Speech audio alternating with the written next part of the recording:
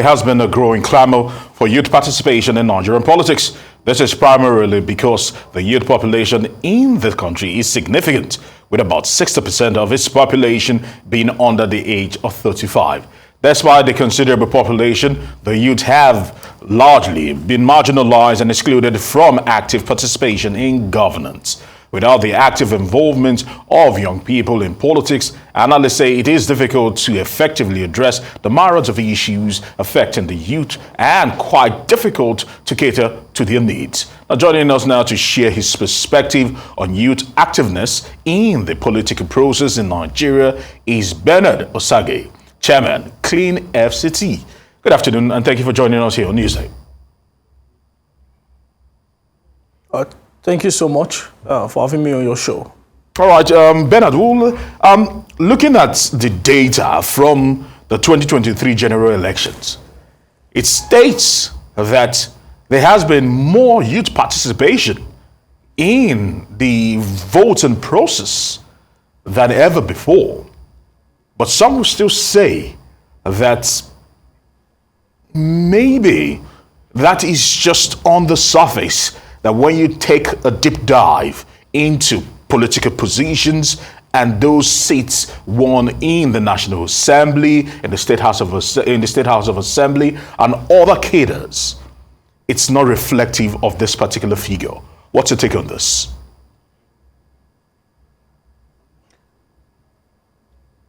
Okay, thank you for that question. It's not enough. For me, I still believe that the youth, we can represent some key position in the country, because if you look at the country today, it's not working.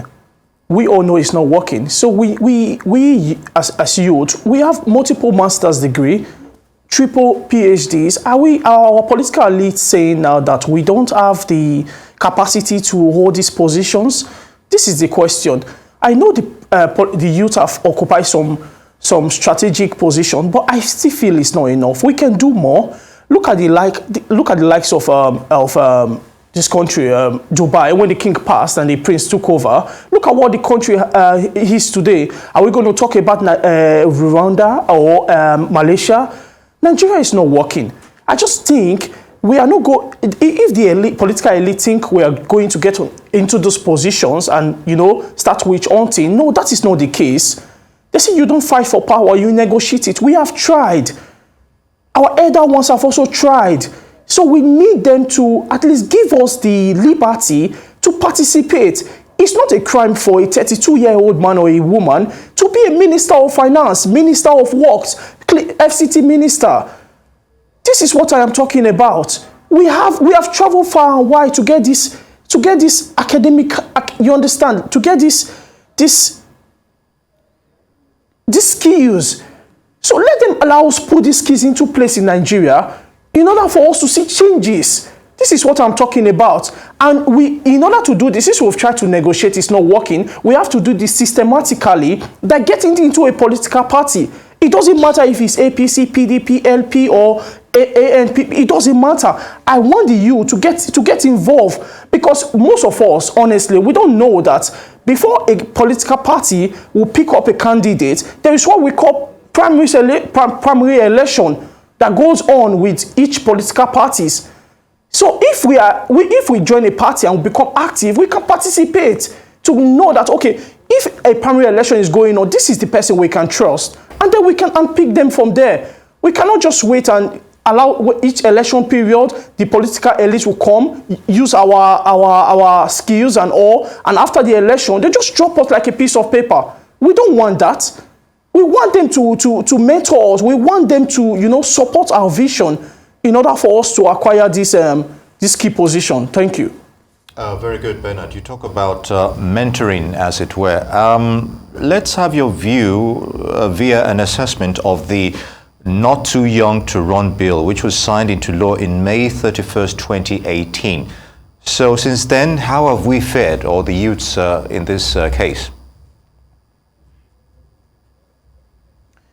I would say that the Young to Rule bill is really commendable. I really appreciate the past administration that signed that bill into law.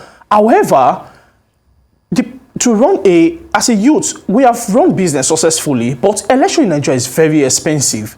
Really, really expensive. The problem is, where do we get this money? This is where political education comes into. We need to educate our people in our local government, in our wards, in our states, not just FCT, not just on the national. We need to educate them that if I'm running for a political position, for example, and I take money from, maybe take a loan or take money from the political elite, once I get into that power, the first thing that will be in my head is how to pay back this loan, even if I have the willingness to make change, you know, to make things happen. But because I have people I'm loyal to, I need to pay, that is what will be bothering me for the first few years or months. So our people need to support a person that they can trust with their vote and their loyalty.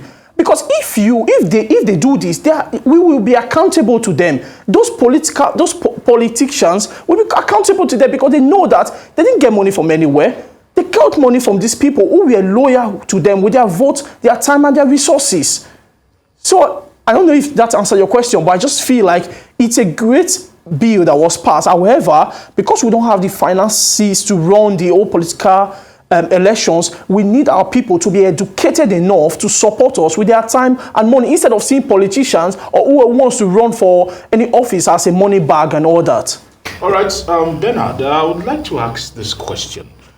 Because for the youths to be taken seriously when it comes to issues concerning national building, firstly, they need to be on ground to be able to begin to initiate these changes at the grassroots level. Well, you and I know this. We've seen this thing play out, this particular movie play out one too many times. Most of the people in Nigeria are so disillusioned that they want to check out. If given the opportunity, quite a number of Nigerian youths will probably go abroad to see greener pasture. We've seen the migration moving outwards in their numbers. So when you are advocating for the youths, with that kind of mindset and with that public knowledge, talk to us. Are we not just all making a joke of ourselves at this moment in time, trying to talk about youth and governance when they are more interested in leaving to the Canada, the US, and the likes?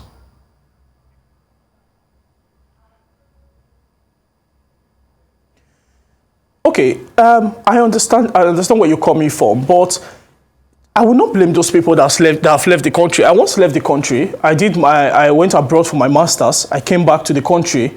I know a group of youths that have also traveled out to acquire education that don't want to come back, and I also know some that have actually gotten their degree and come back to Nigeria. So we are not going to judge with that to say, oh, the youth are traveling abroad.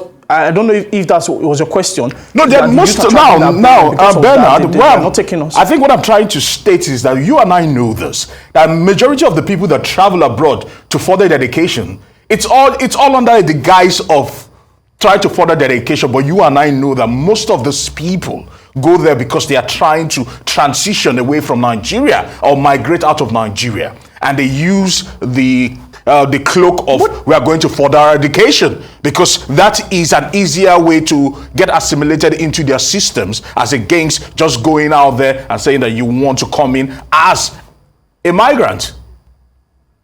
That is what I'm talking about. That I have seen a group of youths that have actually traveled abroad and come back to the country. I'm one of them.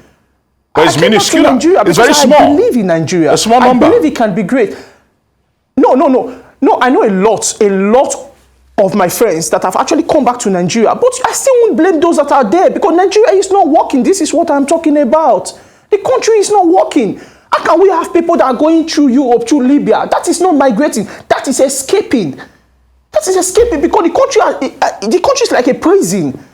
How can I have multiple master's degree and I can't get maybe a decent job? And if I want to run for a political party, you'll be telling me billions or millions of naira. It is not working. So I'm not going to blame those people. Rather, I will ask the government, just as Philippines government are doing, they equip this youth, make them go abroad and make this with those countries overseas. Look at our doctors and nurses are tripping all over the country, going to UK, Canada, and US. I still won't blame them. It's just the way the country is. So let's not focus on that. Let's focus on the amount of people who are actually going abroad and coming back to the country. And I'm one of them. Interesting perspectives there. Bernard Osagie, Chairman, Clean FCT, would like to thank you for your perspective on youth participation in formal political process. Good to have you with us.